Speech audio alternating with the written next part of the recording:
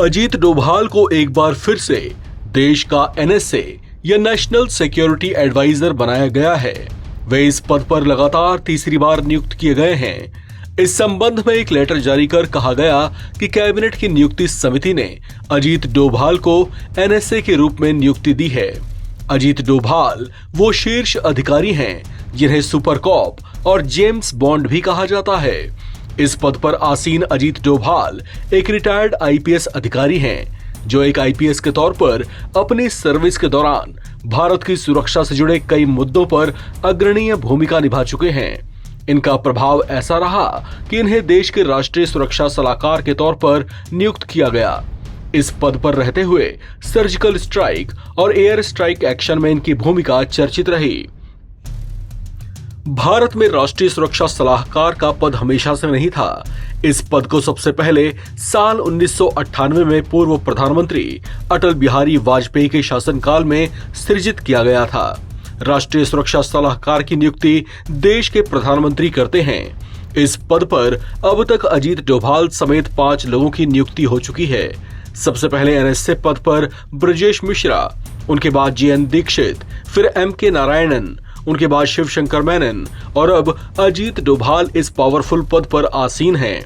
राष्ट्रीय सुरक्षा सलाहकार अपने पद पर 5 वर्ष तक रहते हैं।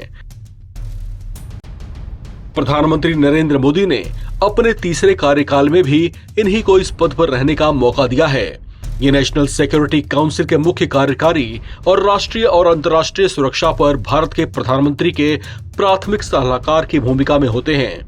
भारत की इंटेलिजेंस एजेंसी जैसे कि रॉ या रिसर्च एंड एनालिसिस विंग और आईबी या इंटेलिजेंस ब्यूरो सीधे देश के प्रधानमंत्री को रिपोर्ट करने की जगह प्रधानमंत्री द्वारा नियुक्त राष्ट्रीय सुरक्षा सलाहकार को रिपोर्ट करते हैं।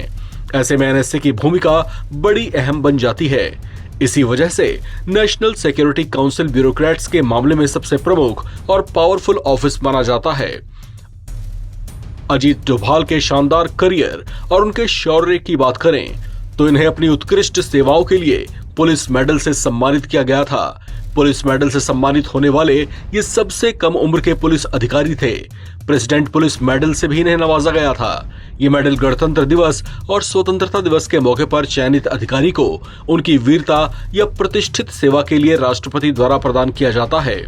साल 1988 में अजीत डोभाल को दूसरे सर्वोच्च वीरता पुरस्कार कीर्ति चक्र से भी सम्मानित किया गया था।